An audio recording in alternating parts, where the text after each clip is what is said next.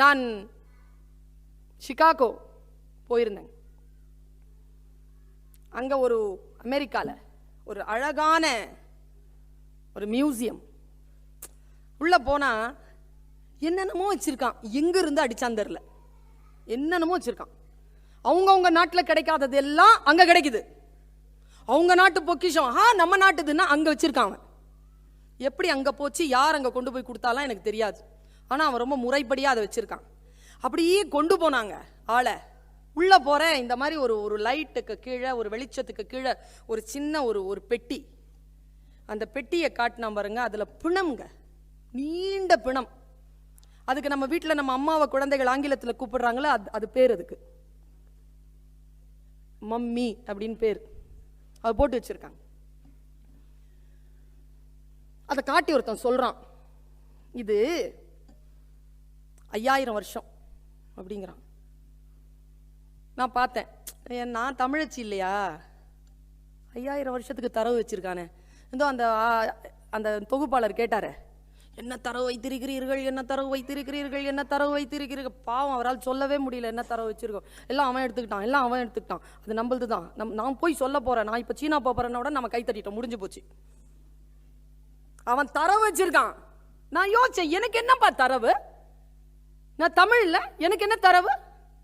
அந்த தொகுப்பாளரே சொன்னார், முல்லைவாய்க்காலில் என்ன நடந்ததோ அது அடுத்த தலைமுறைக்கு தெரியாமலேயே விட்டு விடுவோமோ.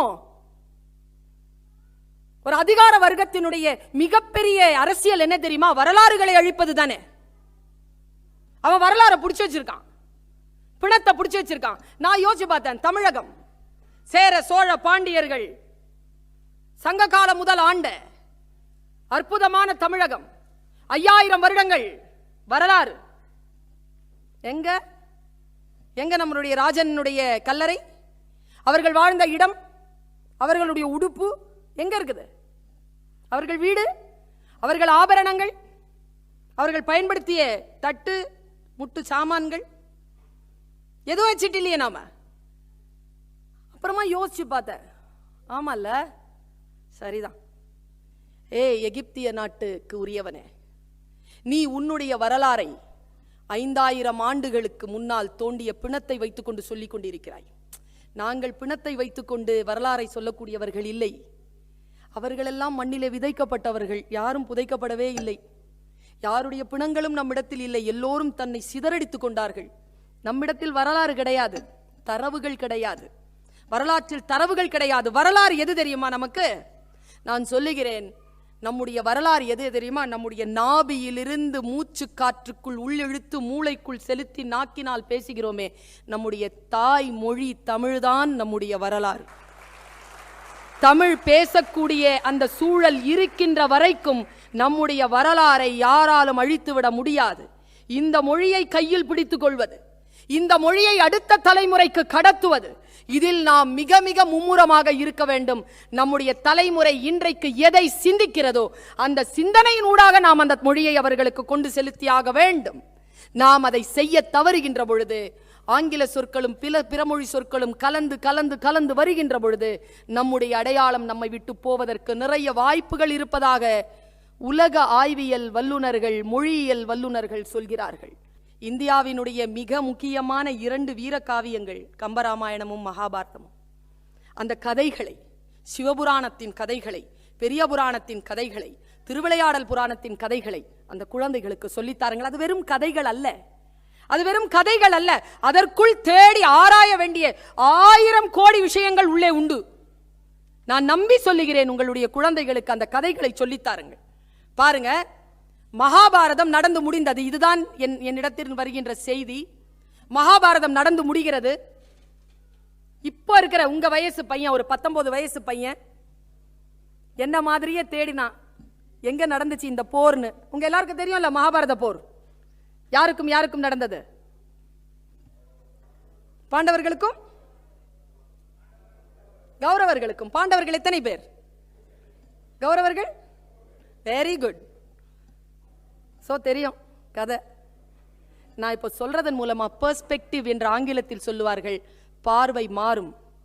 என் அருமை தமிழ் உறவுகளே, நாம் அடுத்த தலைமுறைக்கு ஒரு சில விஷயங்களை சொல்லுகின்ற பொழுது அவர்களுக்கு தகுதியான வகையில் அதை கொண்டு செலுத்த வேண்டும். அது நம்முடைய கடமை என்பதற்காக நான் சொல்லுகிறேன். ராமாயணத்தை பேசினா உடனே பையன் என்ன தெரியுமா சொல்றான், அந்த ஆரம்பிச்சிட்டாங்கடா ராமாயணத்தை. ஏன்? அது அவனுடைய சப்ஜெக்டா இல்ல. அவனுடைய சப்ஜெக்டா சொல்லி பாருங்க, உட்காந்து கேட்பான். அவனுடைய சப்ஜெக்டா சொன்னா உட்காந்து கேட்பான். அவனுடைய சப்ஜெக்டா நீங்க சொல்லலைன்னா அவன் கேட்க மாட்டான். அவனுடைய சப்ஜெக்டா சொல்றேன். மகாபாரதம் நடந்து முடிந்தது. உங்க வயசுல இருக்கக்கூடிய ஒரு பையன் இதோ போன மாசம் போனான், குருஷேத்திரத்துக்கு போனான். பஞ்சாப் மாநிலத்தில் இருக்க குருஷேத்திரம் போனான். போய் உட்கார்ந்தான், மண்ணை தடவுனான். ஒரு குரு வந்தார். என்ன செய்கிறாய்? இங்கேதானே மகாபாரதம் நடந்தது. சிரித்தார் குரு. மகாபாரதம் படிச்சிட்டியா? படிச்சுட்ட. யாருக்கும் நடந்தது? பாண்டவருக்கும் கௌரவ். யார் பாண்டவர்கள், யார் கௌரவர்கள்? இதை தெரிந்து கொள்ளவில்லை என்றால் மகாபாரதத்தை நீ புரிந்து கொள்ள முடியாதுன்னார் குரு. என்ன செய்தி தெரியுமா? பஞ்ச பாண்டவர்கள் என்பவர்கள் வேறு யாரும் இல்லை, நம்முடைய ஐம்புலன்கள். கண்ணு, காது, மூக்கு, வாய், மெய். இந்த போராட்டம் இருக்குதே, இதை புரிஞ்சுக்கோங்க. இல்லைன்னா அசைவுகளுக்கு கை தட்டுகிறீர்கள் என்றால் உள்ள வேலை செய்து சரியா, அதான் காரணம். அது சரியா கட்டுப்பாட்டுக்குள்ள இருந்தனா இந்த கைத்தட்டலாம் வராது. முதல்ல ஆடவே முடியாது. வேறு விதமான ஆட்டம் தான் வரும். அப்படி வந்தால்தான் நம் இனம் வாழும். நான் ஒன்னு சொல்றேன், கேளிக்கைகளில் மூழ்காமல் வாழ்க்கையை மீட்டெடுப்பதில் கவனமாக இருக்க வேண்டும் என்பதற்காக நான் சொல்லுகிறேன். கேளிக்கைகளில் மூழ்காமல் பாருங்க. ஐம்புலன்கள்ல இருக்கக்கூடிய அற்புதமான விஷயம் என்ன தெரியுமா? கண் சென்று பற்றும், பார்க்கும். யாரெல்லாம் வந்திருக்கா? ஓ, நமக்கு ஏத்த மாதிரியான ஒரு 4-5 இருக்கு. ஓகே, உட்காரலாம் ஒரு 4 hours. ஓகே. காது இருக்குல்ல, அது வந்து விழும். அதுக்கு மூடி கிடையாது, இதுக்கு மூடி இருக்கு. இது நம்ம கண்ட்ரோல்ல, இது நம்ம கண்ட்ரோல்ல இல்ல. உடல் அசைவுகள் இருக்குல்ல, அது அற்புதமானது. The rare phenomena under the sky is our body. Super matter இது. உடல் ஒன்னு அவுட் ஆயிடுச்சுன்னு வச்சுக்க, மறுபடியும் வராது. போலியான சில விஷயங்களை போலாம். பல் டாக்டர்லாம் இருக்கிறீங்க இங்க. ஒரு பல்லு போனாலே எங்க ஊர்ல வந்து 15,000 ரூபா. அதுவும் செராமிக் பல்லு தான். வாய்க்குள்ள 32 × 15,000 போட்டு வச்சுக்கங்க. வாய்க்குள்ளேயே வச்சிருக்கிறோம். இருந்தாலும் அது வந்து ஒரிஜினல் கிடையாது. வர்றது ஒரிஜினல் கோடி கொடுத்தாலும் வராது. லிவர் டிரான்ஸ்பிளான்டேஷன்லாம் சான்ஸே கிடையாது. இல்லைன்னா எங்க ஜெயலலிதா அம்மாவை நாங்க வந்து காப்பாத்திருப்போம். முடியல. இல்ல, பல விஷயங்கள் இல்ல. உடல் அவ்வளவு அற்புதமானது. இந்த உடலை கெடுத்துக் கொள்ளாமல் இருப்பது. அவர் சொன்னார், இந்த ஐம்புலன்களுக்கும் 100 கௌரவர்கள். அவர்கள் யாருன்னா 100 இச்சைகளுக்கும் நடக்கின்ற போர்தான் மகாபாரத போரான். ஐம்புலன்களுக்கும் 100 இச்சைகளுக்கும். பையன் என்ன மாதிரி ஒரு டவுட்னு கேட்டான். சூப்பர் கொஸ்டின் அது. அப்ப கர்ணன் யார்? ஹூ இஸ் கர்ணா? அவன் 6வது சகோதரன்ல. அவன் யார்? நான் குரு சொன்னார் பாருங்க, உள்வாங்கி கொண்டு போங்க. குரு சொன்னார், அந்த 6வது நபர் தான் கர்ணன். அந்த கர்ணன் இருக்கான்ல, அந்த 6வதுங்கிறது என்னன்னா மனசாட்சியா. அந்த மனசாட்சி எப்பவுமே இச்சைகள் பக்கம் தான் நிக்குமா. நின்னு சொல்லுமா, நான் ஏன் குடிக்கிறேன் தெரியுமா, நான் ஏன் இந்த மாதிரி ஆடுறேன் தெரியுமா, ஏன்னா எனக்கு பிடிக்குது. நான் ஏன் பொண்டாட்டி அடிக்கிறேன் தெரியுமா, அவ வாய் சரியில்லை. நான் ஏன் குழந்தைங்களை அடிக்கிறேன் தெரியுமா, அவன் நடத்த சரியில்லை. நான் ஏன் கெட்ட வார்த்தை பேசுறேன் தெரியுமா, என் முன்னால இருக்கிறவன் தான் என்னுடைய ஆயுதத்தை தீர்மானிக்கிறான். இப்படிலாம் வந்து அது சாட்சி சொல்லிக்கிட்டே இருக்கும். தான் எவ்வளோ அநியாயம் பண்ணாலும். அதுக்கு பேர் தான் கர்ணனா. சூப்பர் பதில்ல. இன்னொரு பதில சொன்னாங்க. வயசானவங்க மன்னிக்கணும். 2-3 பேர் தான் இருக்கிறீங்க. ஓகே, மன்னிச்சிருங்க. அப்போ சூப்பர் கேள்விங்க, எனக்கு ரொம்ப பிடிச்சது. எனக்கு இந்த பாய்ஸ் அண்ட் கேர்ள்ஸ் ரொம்ப பிடிக்கும். என்ன கொஸ்டின் கேட்கறாங்க தெரியுமா, என்ன லாஜிக்கா கேட்கறாங்க தெரியுமா. பதில் சொல்ல தெரியாத நாம் தான் குற்றவாளிகளை தவிர, புத்தியா அவங்க கேட்கிற கேள்விக்கு பதில் சொல்லக்கூடிய தலைமுறை வந்துருச்சுன்னு வச்சுக்கோங்களேன், அடுத்த தலைமுறை நாம் ஆட்சியை பிடிக்கும், நம் மண் நம்முடையதாக இருக்குங்க. அதுக்கு பதில் சொல்லணும். அதுக்கு சோறு போடுறதே இல்லைங்க நாம. என்ன மாதிரி அவங்க கேட்கறாங்க கேள்வி. துரோணாச்சாரியார், கிருபாச்சாரியார், பீஷ்மாச்சாரியார் எல்லாம் பெரியவங்க தானே, வயசானவங்க தானே. அவங்க எல்லாம் ஏன் இச்சையின் பக்கம் நின்னாங்க? அப்போ வீட்டில் பெரியவங்கெல்லாம் சொன்னால் நம்ம கேட்கணுமா? அப்போ அவங்கெல்லாம் வாழ்க்கையில் தப்பே செய்யாதவங்களா? அப்போ எதுக்கு அவங்க அங்கே போய் நின்னாங்க? என்ன பதில் பாருங்க, குரு பதில். நம்ம மூளையில் அடிக்கிற வெளிச்சம், லைட்டு. வயசாயிடுச்சுங்கிறதுனாலேயே அவர்கள் நியாயமாக இருப்பார்கள் என்று நீ நினைக்காதே. அவர்களாலும் இச்சைகளை அவ்வளவு சீக்கிரமாக வென்றுவிட முடியாது. சோ அவர்களை நாம் மன்னிக்கலாம். எல்லாரும் தலையாட்டுறான், மன்னிக்கலாம். அடுத்து கேள்வி கேட்டாங்க பாருங்க, சூப்பர் கொஸ்டின். அப்போ கிருஷ்ணன் யார்? கிருஷ்ணன் யார்? அவனை ஏன் டிரைவரா வச்சாங்க? மகாபாரதத்தில் கிருஷ்ணன் யார்? தேரோட்டி தானே, பார்த்த சாரதி. சாரதினா டிரைவர். ஏன் அவனை டிரைவரா வச்சாங்கன்னா, குரு சொன்ன பதில், இந்த ஐம்புலன்களை இச்சைகளுக்கு எதிராக செலுத்த வேண்டும் என்றால் நாம கிருஷ்ணன் என்கின்ற கடவுளை டிரைவராக வைத்துக் கொண்டால் ஈஸியாக அந்த 100 இச்சைகளை ஜெயித்து விடலாம் என்பதற்காகத்தான் அவரை கொண்டு வந்து டிரைவராக வைத்தேன் என்று சொன்னார் குரு. இதுதாங்க மகாபாரதத்தினுடைய ஒட்டுமொத்தமான கதை. நாம் ஒட்டுமொத்தமான இந்த கதையை சொல்லாமல் வெறும் காட்சிகளின் மூலமாகவும் வெறும் பாத்திரங்கள் மூலமாகவும் போய்கொண்டே இருக்கிறோம். யூத்துக்கு நான் சொல்றேன், எந்த வார்த்தை இருந்தாலும் இங்க நிறைய கேள்விகள் கேட்கப்படுகின்றன. ஆனால் அந்த கேள்வியில் அடர்த்தி இல்லை. அடர்த்தி இருக்க வேண்டும் என்றால் தேடலில் போங்க, உள்ள இறங்குங்க, நிறைய விஷயங்களை தெரிஞ்சுக்கோங்க. தகவல்களை தெரிந்து கொள்வது அல்ல அறிவு. தகவல்களை வைத்துக் கொண்டு அடுத்த நிலைக்கு நம்மை உயர்த்துவதற்கான தேடல் இருக்கு பாருங்க, அதற்கு பெயர் தான் அறிவு.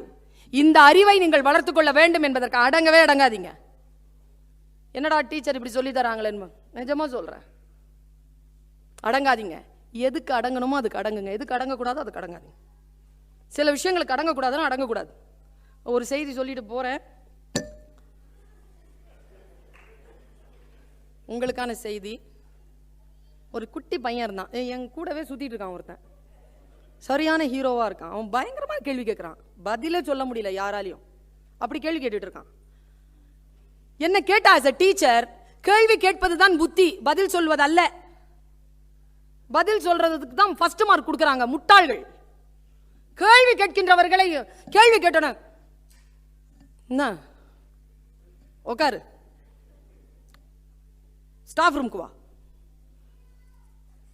உட்காரு. எப்படிங்க உருப்படும்? தெரியலன்னா தெரியலப்பா, நாளைக்கு சொல்றேன்னு சொல்றது இல்லைங்க. கேள்விகள் கேட்பது, அடங்காமல் கேட்டுக்கொண்டே இருப்பது. அடங்காமல் கேட்டுக்கொண்டே இருங்கள். why not கேட்டுக்கிட்டே இரு. என் பையன் இது 7 தெரியும் தானப்பா, ஆப்பிள் 7 அதான் 2 கேள்வி வச்சிருக்கிறானுங்க. ஜாகிரதையா இருங்க பெரியவங்க. 2 கேள்வியில நம்மளை சவட்டி களைஞ்சு போய்கிட்டே இருக்குதுங்க. why not, so what. இதை கொண்டு போனேங்க வீட்டில். குவைத்துக்கு போயிருந்தேன், அங்கே வாங்கினேன், போய் வைக்கிறேன். 16 வயசு என் பையன். மீ 7, ஆமா, ஃபார் மீ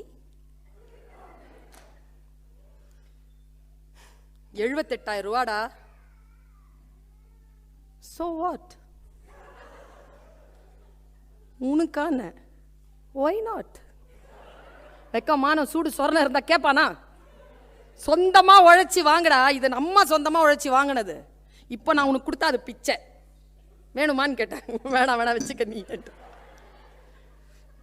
அடங்கக்கூடாது, சில நேரங்கள் அடங்கக்கூடாது. ஆனா எதுக்கு அடங்கணுமோ அதுக்கு அடங்கணும். ஒரு குட்டி பையன் வெளியில விளையாடிட்டே இருந்தா, அவங்க அப்பா லேட்டா வந்தவர் உள்ள நுழைஞ்சாரு. 3:45 மணி. எங்கப்பா பையனா? வெளியில விளையாடிட்டு இருக்கானா? குளிச்சுட்டு வந்தாரு. சாப்பிட்டானா பையன் கேட்டாரு. சாப்பிடல. கூப்பிட அவனாரு, அவன் வரல, விளையாடிட்டு இருக்கான். இதான் சிச்சுவேஷன். புரிஞ்சிருச்சா? வேகமா சொல்லிட்டேனா? புரிஞ்சது? Very good. உள்ள புரியலன்னா இன்னொரு வாட்டி சொல்லுவேன், அதனாலேயே புரிஞ்சிருச்சுருவானுங்க. நமக்கு தெரியாதா இது? பையன் என்ன பண்ணா, வெளியில போய் விளையாடிட்டு இருக்கிறான். அப்பா கூப்பிட்டாரு, இருப்பா விளையாடுறேன்னா. ஏய் வாடான்னு. இருப்பா விளையாடிட்டு இருக்கிறேன். டேய் வாடா, இருப்பான்னு. ஒரு 10 நிமிஷம் ஆச்சு. வரியா? நான் வரட்டுமா? வந்துட்டப்பா. நான் வந்துட்டான் உள்ள. அப்பா கேட்டார், என்னடா பண்ணிட்டு இருந்த? விளையாடிட்டு இருந்தேன்ப்பா. யாரோடடா? ஒரு எறும்ப நானும் விளையாடிட்டு இருந்தோம்ப்பா. எறும்பு நீயுமா? ஜெயிச்சிட்டியாடான்னு. ஜெயிச்சிட்டேன்ப்பா. எவ்வளோ நேரமாடா விளையாடுற? 3 மணி நேரமா விளையாடுறேன்ப்பா. அப்பா என்னடா ரூலு, என்னடா விளையாட்டு? நான் ஒரு வட்டம் போடுவேனா, அந்த வட்டத்தில் அந்த அந்த எறும்பு இருக்கணுமா? ஓ, ஜெயிச்சிட்டியாடா? ஜெயிச்சிட்டப்பா. எங்க காட்டு. நேராக தோட்டத்துக்கு போனால் தோட்டத்தில் வட்ட வட்டமா போட்டிருக்க. ஒரு தொடப்ப குச்சி வச்சுக்கிட்டு போட்டிருக்கான். ஓரத்தில் ஒரு அரைவட்டம் போட்டிருக்கு, அதில் ஒரு எறும்பு செத்து இருக்கு. என்னடா இதுன்னா, இதுதான்ப்பா ரூலு, நான் போடுற வட்டம் உள்ள இருக்குது. எப்படி ஆரம்பிச்ச? எறும்பு வந்துச்சுப்பா, ரவுண்டு போட்டேன்ப்பா, அது வெளியில போச்சுப்பா. சரி, மறுபடியும் ரவுண்டு போட்டேன்னா மறுபடியும் வட்டம் போட்டேன்னா மறுபடியும் ரவுண்டு போட்டேன்னா நீ வேற வந்துட்டு வா வா வான்னு கூப்பிட்டே இருந்தியா, மறுபடியும் நான் விளையாடிட்டு தான் பாருங்க ரவுண்ட் போட்டேன். அடங்கவே இல்லப்பா அது. நீ வேற வந்து ஆட்டத்தை கழிச்சிடக்கூடாதுன்னு நானே ஆட்டத்தை முடிச்சிட்டேன்ப்பா.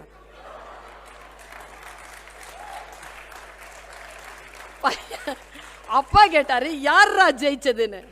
பையன் சொன்னா நான் தான் ஜெயிச்சேன். எப்படிறான? நான் போட்ட வட்டத்தில் அது இருக்குல்ல, ஒரே அடி இருக்குதுல்ல. அப்பா சொன்னதுதான் செய்தி குழந்தைகளே. ஜெயிச்சது நீ இல்லடா, ஜெயிச்சது எறும்புடா. எப்படிப்பா? செத்தால சாவேனே தவிர நீ போடுற வட்டத்துல தங்க மாட்டேன்னு சொல்லிச்சு பாரு, அது ஜெயிச்சதுடாச்சு.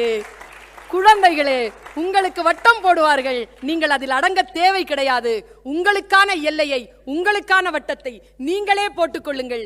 நமக்கு நாம் தான் நீதிபதி, நமக்கு நாம் தான் எல்லாம் என்கின்ற நிலை வந்து நீங்கள் உயர, உங்களுடைய உயரத்தில் நின்று என்னுடைய உயரத்தையும் கலந்து அந்த வெற்றி களிப்பில் நாம் அடுத்த விழாவை கொண்டாட வேண்டும் என்கின்ற உயரமான எண்ணங்களுடன் உங்களுக்கு வாழ்த்து சொல்லி உங்களிடமிருந்து விடைபெறுகிறேன். நன்றி.